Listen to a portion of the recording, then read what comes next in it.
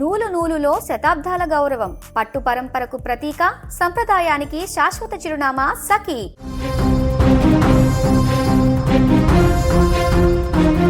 Iran Israel యుద్ధ నిప్పు పాకిస్తాన్లో అంటుకుంది. పాకిస్తాన్లోని కరాచీలో తీవ్ర ఉద్రిక్త పరిస్థితులు నెలకొన్నాయి.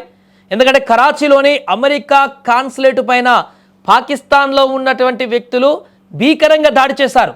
ఇరాన్ పైన ఇజ్రాయెల్ అమెరికా చేసినటువంటి దాడిని ఖండిస్తూ, అక్కడ ఖమేనీని హతమొందించినటువంటి విషయానికి పూర్తిగా ఖండిస్తూ, అక్కడ పాకిస్తాన్లో కరాచీలో ఉన్నటువంటి అమెరికా కాన్సులేట్ పైన తీవ్రమైనటువంటి దాడి చేశారు. దీంతో ఒక్కసారిగా కరాచీలోని యుఎస్ కాన్సులేట్ వద్ద ఉద్రిక్త పరిస్థితి నెలకొంది. అట్టుడికిపోయింది. అక్కడ కాన్సులేట్ కిటికీలను ధ్వంసం చేశారు.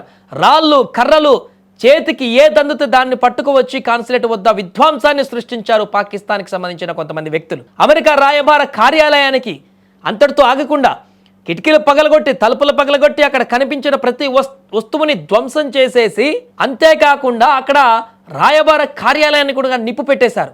ఈ యొక్క దాడిలో అమెరికన్ సిబ్బంది, ఆ కాన్సులేట్లో ఉండేటువంటి పనిచేస్తున్నటువంటి సిబ్బంది ముగ్గురికి తీవ్రమైనటువంటి గాయాలయ్యాయి. ఇక ఈ దాడిని అడ్డుకునేటువంటి ప్రయత్నంలో భాగంగా అమెరికా దళాలు, కాన్సులేట్లో ఉండేటువంటి దళాలు వారు సెల్ఫ్ ప్రొటెక్షన్ కోసం కాల్పులు జరిపేశాయి. దీంతో పాకిస్తాన్లో అక్కడ విధ్వంసానికి సృష్టించడానికి వచ్చినటువంటి ఆందోళనకారులపైన అమెరికా దళాలు జరిపినటువంటి కాల్పులలో 8 మంది అక్కడికక్కడే మృతి చెందారు.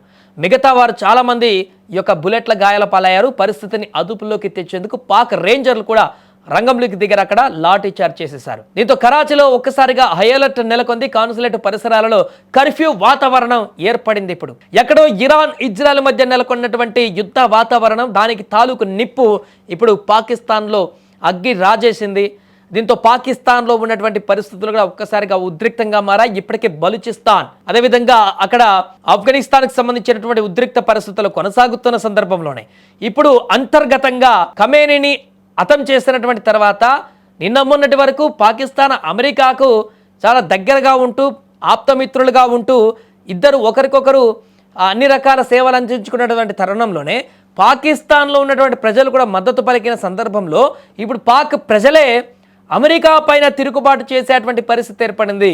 ఇరాన్ పైన చేస్తున్నటువంటి ఈ దాడిని తీవ్ర స్థాయిలో వ్యతిరేకిస్తూ పాకిస్తాన్లో ఉన్నటువంటి ప్రజలు ఒక్కసారిగా రోడ్డు పైన నిరసన కార్యక్రమాలు చేయడం పక్కన పెట్టండి, ఆందోళన చేయడం పక్కన పెట్టండి, నేరుగా యుఎస్ కాన్సులేట్ ఎక్కడ ఉందో అక్కడికి పరిగెత్తుకుంటూ వెళ్ళారు.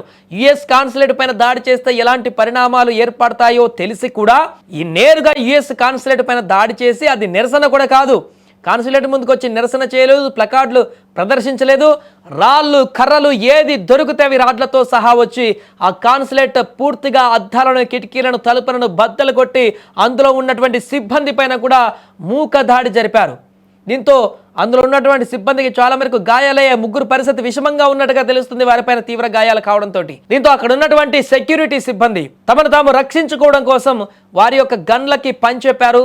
వారి దగ్గర ఉన్నటువంటి గన్స్ తోటి ఎదురుగా వస్తున్నటువంటి ఆ నిరసనకారులందరినీ కూడా అడ్డుకునేందుకు తుపాకుల మోత మోగించారు. అక్కడ భారీ కాల్పులు జరిపారు. ఈ కాల్పులలో 8 మంది ఆ నిరసనకారులు, ఎవరైతే కాన్సులేట్ వద్దకు వచ్చి ఆందోళన చేశారో, ఎవరైతే రాళ్ళు, కర్రలతో విచక్షణ రహితంగా అక్కడ దాడికి పాల్పడ్డారో, ఆ కాన్సులేట్ వద్దకు వచ్చినటువంటి నిరసనకారుల్లో 8 మంది బుల్లెట్ల గాయాలతో అక్కడికక్కడ మరణించారు. మిగతా చాలా మందికి గాయాలైనట్టుగా తెలుస్తుంది. పూర్తి వివరాలు ఇంకా రావాల్సి ఉంది. అక్కడ గాయాల పాలైన అందరూ కూడా హాస్పిటల్కి తరలించారు వారందరినీ.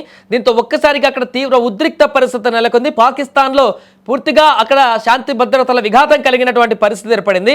దీంతో పాక్ రేంజర్లు కూడా అక్కడ బరిలోకి దిగారు. 100ల సంఖ్యలో అక్కడ బలగాలు మోహరించి కాన్సులేట్ చుట్టూ కూడా ప్రహారీ కూడా కట్టినట్టుగా బలగాలు మోహరించాయి. ఎవరు అటువైపు రాకుండా కర్ఫ్యూను కూడా విధించినటువంటి పరిస్థితి నెలకొంది. దీంతో ఎక్కడ ఇరాన్ ఇజ్రాయెల్లో నెలకొంటున్నటువంటి యుద్ధ వాతావరణం పాకిస్తాన్లో కూడా అగ్గిరాజేసినట్టుగా మారింది. దీనికి సంబంధించినటువంటి విజువల్స్ ప్రస్తుతానికి వైరల్గా మారుతున్నాయి.